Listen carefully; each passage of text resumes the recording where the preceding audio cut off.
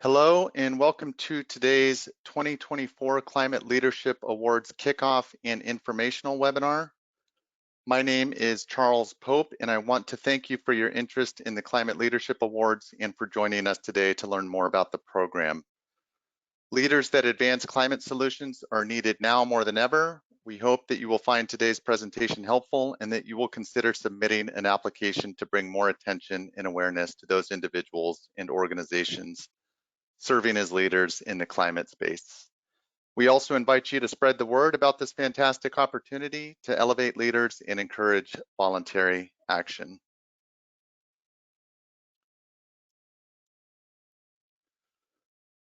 So here's the agenda for today's webinar. We will first start by providing an introduction and overview of the Climate Leadership Awards program. Then we will discuss the application and submission process, eligibility requirements, and then the selection process. And then we'll conclude with a question and answer session at the end.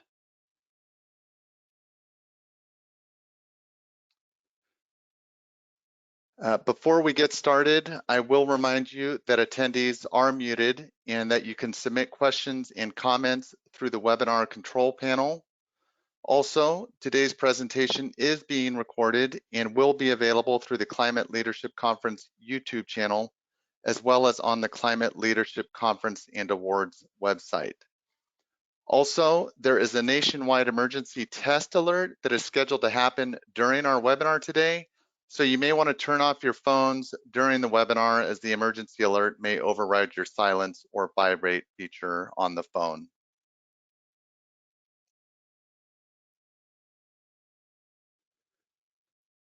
Okay, let's start with an introduction and overview of the Climate Leadership Awards program. The Climate Leadership Awards program is organized by the Climate Registry, so I will take just a few moments to briefly describe our work at the Climate Registry. Since 2007, the Climate Registry, or TCR, has worked hard to inspire, educate, and connect organizations so that we can be a strong positive force in building a sustainable future. We are a nonprofit that empowers North American organizations to do more in the fight against climate change through credible carbon reporting. TCR creates and manages innovative tools for the measurement and reporting of greenhouse gas emissions and drives action and ambition by recognizing and showcasing climate leadership through convenings such as the Climate Leadership Conference. As part of our efforts, for example, in January of this year, we launched the Net Zero Portal, a free-to-use platform designed by industry experts to support transparency for net zero commitments.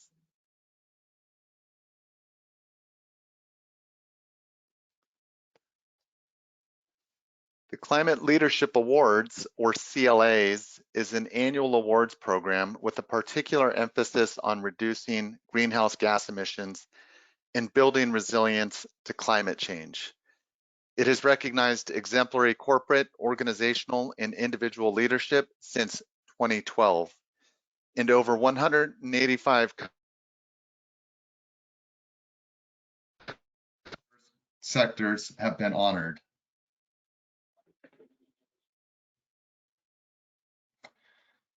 In 2023, the Climate Leadership Awards recognized 3 organizations, 2 individuals, and 3 innovative partnerships. You can see the award recipients on this slide as well as on the climateleadershipconference.org website, which is also indicated on the bottom right-hand part of the slide.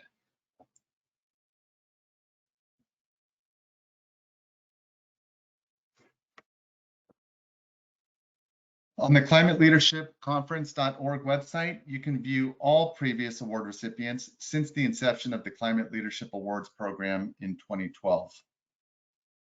This slide provides a few more examples of the types of organizations, individuals, and partnerships that have been recognized in the past. You will find that the list of award recipients is diverse and varied. Large and small organizations have been recognized. Nonprofits, state agencies, and private sector organizations have all been represented.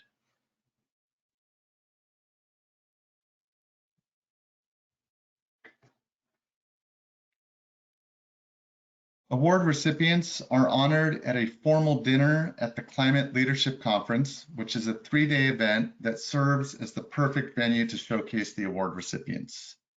The 2024 conference will take place on May 21st through the 23rd in Cleveland, Ohio.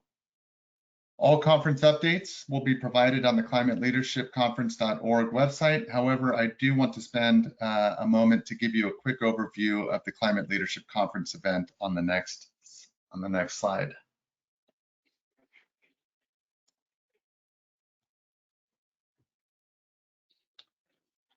The Climate Leadership Conference brings together hundreds of climate professionals from the public and private sectors, including federal and state government officials, industry leaders, and nonprofit experts.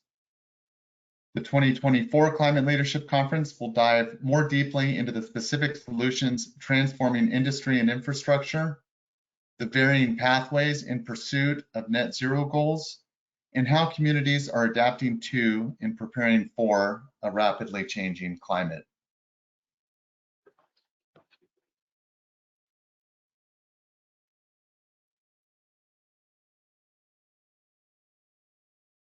Now that you have a little bit of background on the Climate Leadership Conference, we can turn our attention back to the awards. This slide lists the 4 award categories for 2024. Over the years, these categories allow us to elevate the activities and progress of organizations and individuals working in the climate space. You will note, however, that we added a new category to the 2024 program, Value Chain Leadership. The Value Chain Leadership Award reflects the increased prominence of Scope 3 emissions disclosure, as evidenced most recently by Senate Bill 253 in California, which is expected to be signed by the governor by October 14th.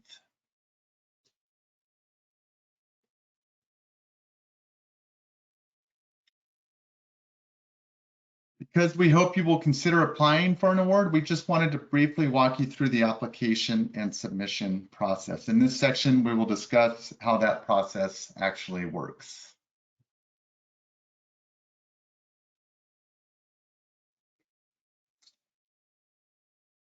Okay, first and foremost, before beginning your application, please be sure to review the eligibility requirements and evaluation criteria for each category. These are available on each award application template on the Climate Leadership Awards webpage indicated on the slide. When you are ready to begin filling out the application, download and save the forms to your computer. For the individual, organizational, and value chain leadership categories, you will also need to download the third-party reference form, which is also available through the awards website.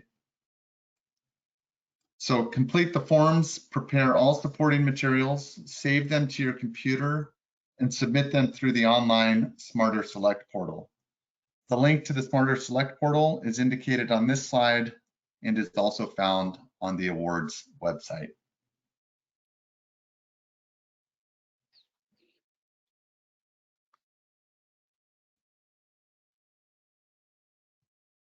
This slide, I just wanted to point out that the links to the third-party reference form and the portal are found on the application pages for the relevant award categories. So you can find the links there.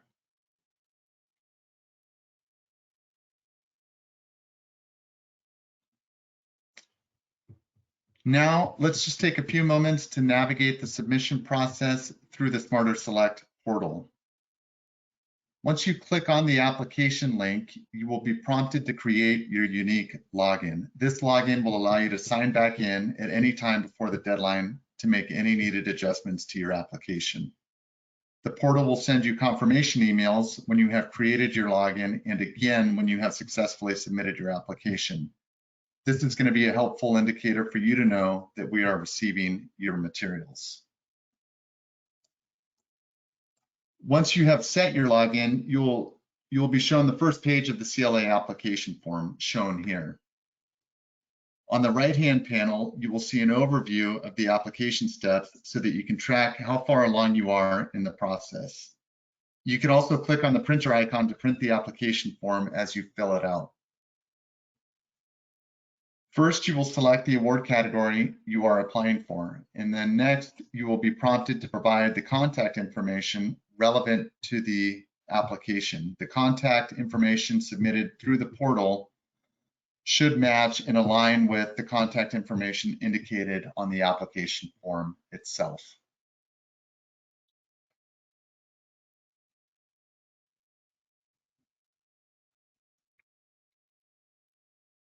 The third page will prompt you to upload your completed application. As I mentioned earlier, these forms can be downloaded from the Climate Leadership Awards website. And once your application document is successfully uploaded, you will click the next button to upload any supporting materials associated with the application. We'll go over these specific supporting documents when we discuss each award category a little bit later. The final page will prompt you to formally submit your application, and at that point, you will receive a confirmation email that your materials have been received.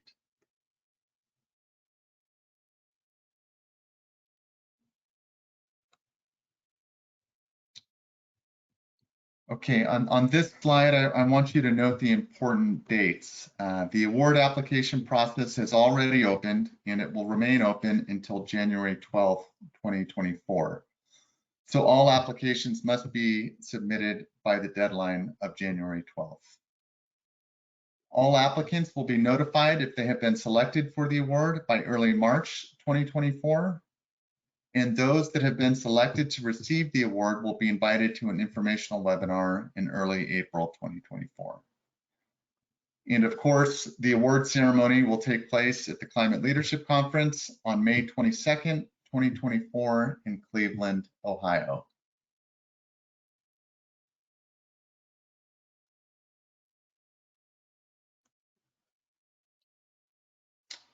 Okay, so now let's talk about the eligibility requirements in a little bit more detail.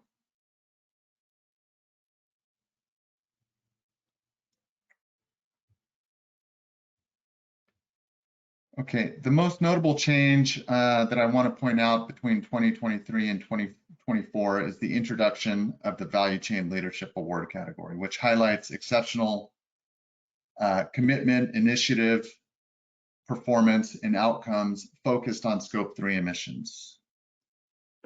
Additionally, some requirements have been modified to be less prescriptive. For example, the definition of aggressive goal reductions is much less complicated. The timeframes for core leadership activities have been made more explicit. That is from January 1st, 2020 to December 31st, 2023. And more flexibility has been introduced for demonstrating the credibility of GHG or greenhouse gas inventories. Applicants may submit a broader range of audit records to demonstrate the credibility of inventory data, including verification, attestation, quality assurance, third-party critical review, or other types of records.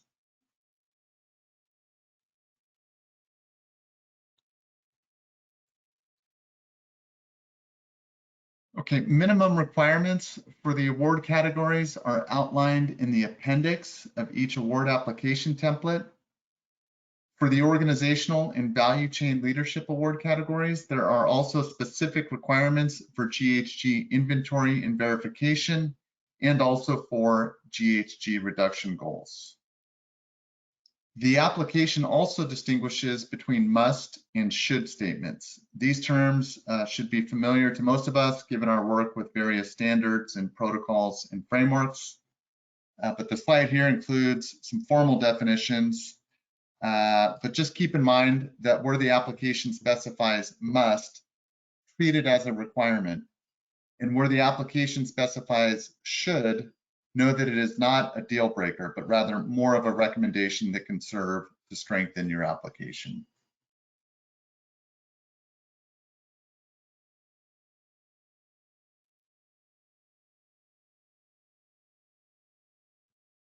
On this slide, you will find eligibility requirements that can be generally applied across most, if not all, of the award categories. For example, applicants must have significant operations in the United States, and for the Innovative Partnership Award, activities must primarily be located also in the United States. With the exception of the innovative partnership category, organizational budgets or revenues must be at least $50 million. For the organizational and value chain leadership categories, alternatively, organizations are eligible with revenues or budgets of $5 million and at least 25 employees. For the organizational and value chain leadership categories, nominees must publicly disclose their greenhouse gas emission inventories and have absolute GHG reduction goals. The core time period, which we spoke about earlier, or the core time period associated with climate leadership activities is between January 2020 and December 2023. And lastly, if you have won an award from TCR in the previous 3 years, you are not eligible for that category. You can, however, apply for a different category.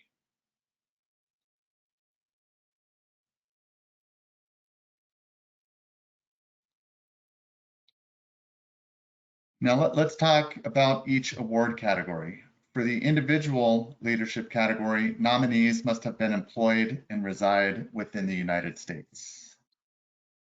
Also, 2 third-party reference forms must be provided for the individual leadership award application. 1 reference must be provided by someone within the nominee's employer organization, and 1 must be provided from an external source. Note that third-party reference forms must be provided on the templates provided by the Climate Registry and available on the website. So make sure you use our reference forms and that you're not submitting something unique.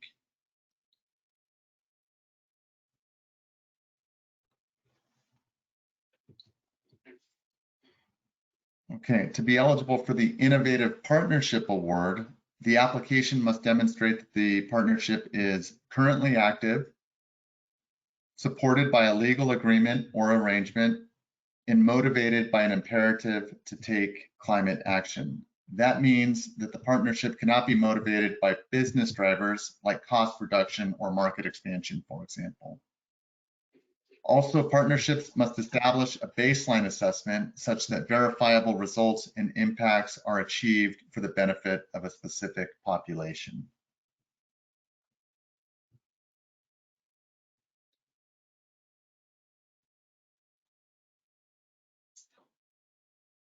Also, it's worth noting that for the innovative partnership category, activities that fall within the normal scope of business are not eligible. Arrangements between organizations that are based on procurement of services are also not eligible. So applications will need to demonstrate that the partnership goes beyond the normal scope of business and is not based on procurement of services.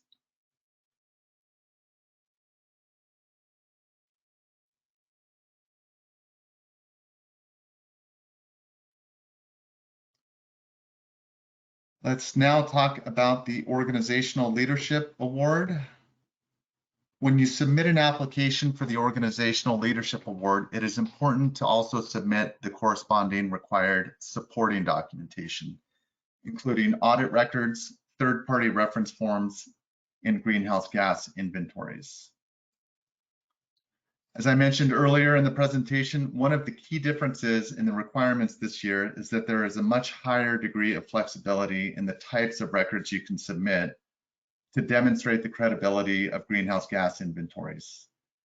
We are calling them audit records here, but we are using that term very broadly. Any and all types of verification, attestation, quality assurance, third-party critical review, or other records are acceptable.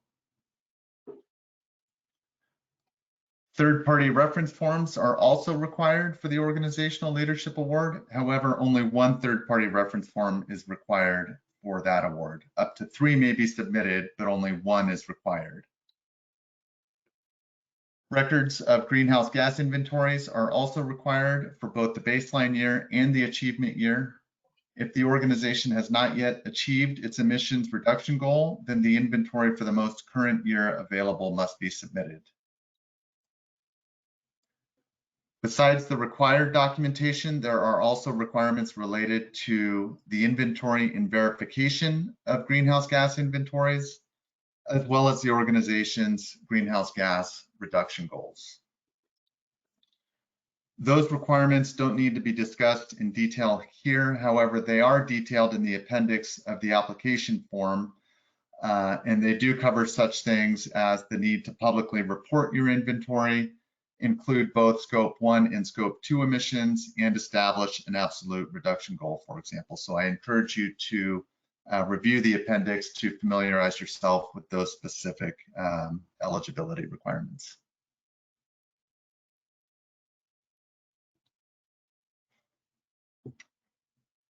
Okay, the requirements for the Value Chain Leadership Award are very similar to those of the Organizational Leadership category. The same supporting documentation is required: audit records, third-party reference forms, and greenhouse gas inventories. And like the Organizational Leadership Award, there are specific requirements for greenhouse gas inventory and verification, and also requirements for greenhouse gas reduction goals. However, as you can imagine, the Value Chain Leadership Award is focused on Scope 3 emissions, whereas the Organizational Leadership Award is focused on Scopes 1 and 2. So for this category, inventories must be publicly reported and include Scope 3 emissions.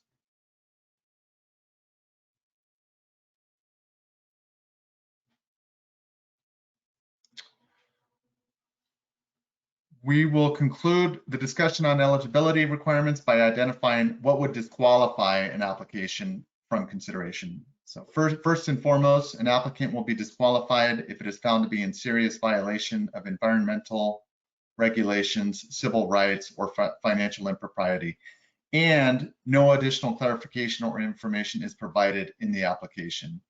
Note that there's actually a specific section in the application that addresses this particular item. Other reasons why an application may be disqualified from consideration are that it is incomplete, all required documentation is not submitted, and/or the application and third-party reference forms provided by the climate registry are not used. So make sure your applications are complete, all supporting documentation is submitted, and that you actually use the reference forms made available on the website.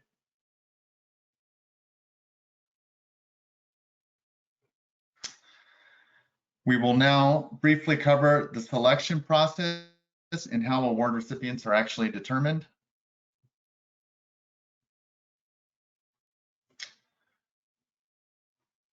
Independent review committees are assembled for each award category and are typically comprised of 5 members with extensive experience and technical expertise in greenhouse gas management. Committee membership is diversified across the business, nonprofit, academic, and public sectors. The review committees evaluate and grade each applicant in accordance with the evaluation criteria and forward their recommendations to an independent advisory council.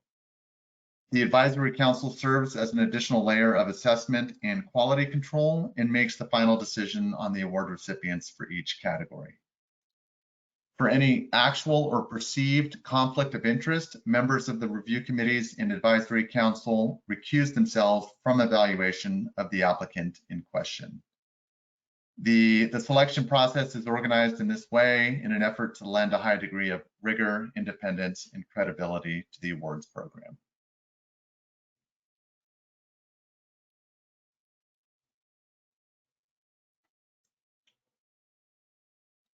Okay, I apologize if the text on here is small and cumbersome, but I did want to have a conversation about the evaluation criteria. The strength or weakness of an application is evaluated on the extent to which it responds to the evaluation criteria, also listed in the appendix of each award application template. Stronger applications will more explicitly demonstrate that they meet or exceed the evaluation criteria. For example, let's consider the evaluation criteria for the Innovative Partnership Award. An application that better demonstrates the potential to scale and replicate the project will be evaluated as a stronger application than one that does not sufficiently demonstrate scalability or replicability. So be explicit in your application about how the applicant meets the evaluation criteria. This is an important point. Applications that are more explicitly demonstrate how the applicant meets the evaluation criteria will be more favorably evaluated and graded.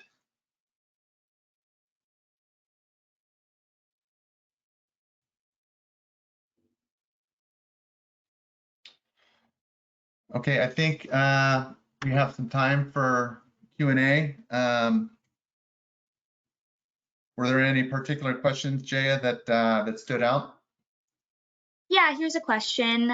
Can you clarify if third-party verification of Scope 3 emissions is required for the value chain award? Yes, it is required for the Value Chain Leadership Award, but as I stated, the types of records that you can submit are broad and varied. So it may or may not be an extremely formal process. Anything you have will be considered. So the bar for demonstrating the credibility of the inventories is low. And so we want to encourage you to supply whatever you've got, but yes, there is a minimum requirement to have something.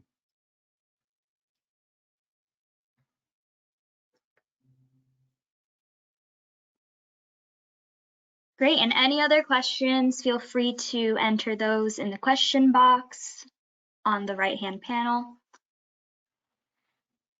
Yeah, I can also mention too that there is a frequently asked questions document available through the website.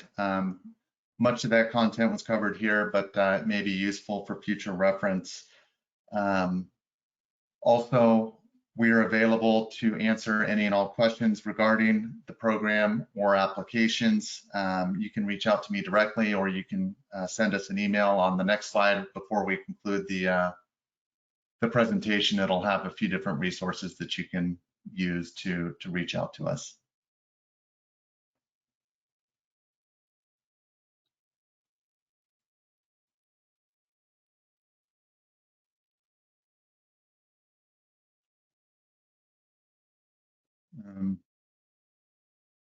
Let me just give a few more, a minute or two to see if there's anything else. I hope the content was comprehensive, but not too cumbersome. There are lots of details on the applications themselves. And again, any questions or concerns or anything that you need clarified, you can reach out to us and we'd be happy to engage and provide any necessary clarification.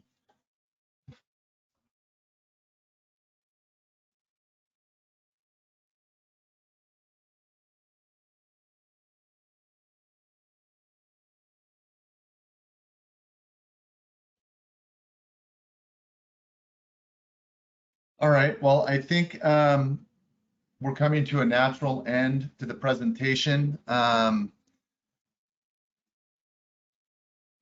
Thank you for taking the time to participate in today's webinar. I'll conclude just by providing a list of contacts and online resources. Questions can be submitted via email to questions@climateleadershipawards.org. Thanks again for your participation today. We look forward to hearing from you and learning more about the great work that you and your colleagues are doing on climate change. As I mentioned, feel free to reach out through any of these resources or directly, and we'd be happy to provide any clarification necessary. And thank you very much. And that concludes the presentation today.